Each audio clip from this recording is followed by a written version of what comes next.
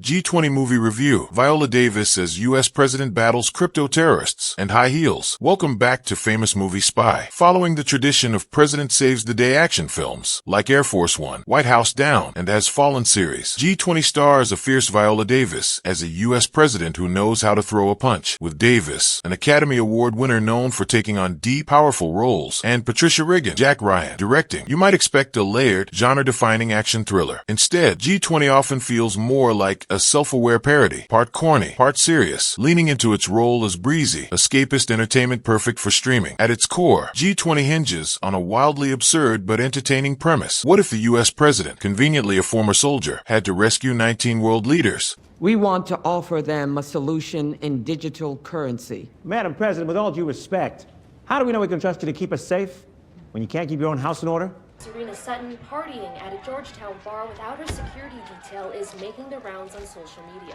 The film doesn't try to reinvent the wheel, and aside from casting a black woman as the president, a move that feels more like a symbolic gesture than meaningful commentary, there's little to connect it to real-world politics. The film's villain, however, is a crypto-addicted, right-wing extremist, which provides a thin veneer of timely relevance. President Taylor Sutton, Viola Davis, heads to Cape Town for the G20 Summit on a mission to rally global leaders around her Together Act, an initiative aimed at fighting world hunger by offering sub-Saharan farmers access to digital currencies, presented here without any of the real-world baggage crypto often carries. Team over the last 6 months, between them, Secret Service, and our special forces counter.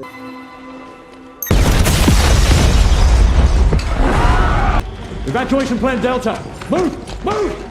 Accompanying her are her husband, First Gentleman Derek Sutton, Anthony Anderson, and their children, Demetrius and rebellious teenager Serena, Marcy Martin, whose behavior forces Sutton to bring her family along. Everything runs smoothly until crypto-terrorist Rutledge, Anthony Starr, essentially Homelander with facial hair, hijacks the summit, aided by disgruntled insiders who despise Sutton, thanks to her loyal bodyguard Manny Ruiz, Ramon Rodriguez, who even gets a fun floor is lava moment with a terrorist. Get the hostages! Requesting status on Abbott and A student.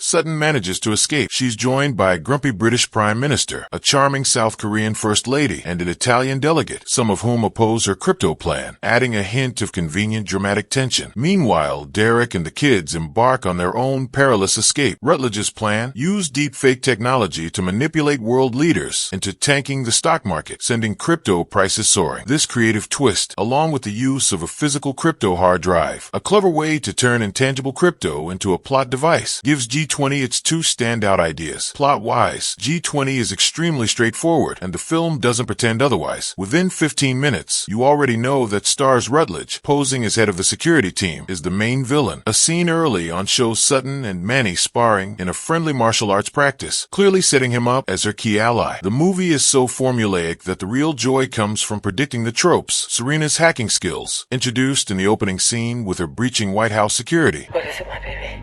He has Dad in this big conference room. He has a knife to his throat. Because I won't let you!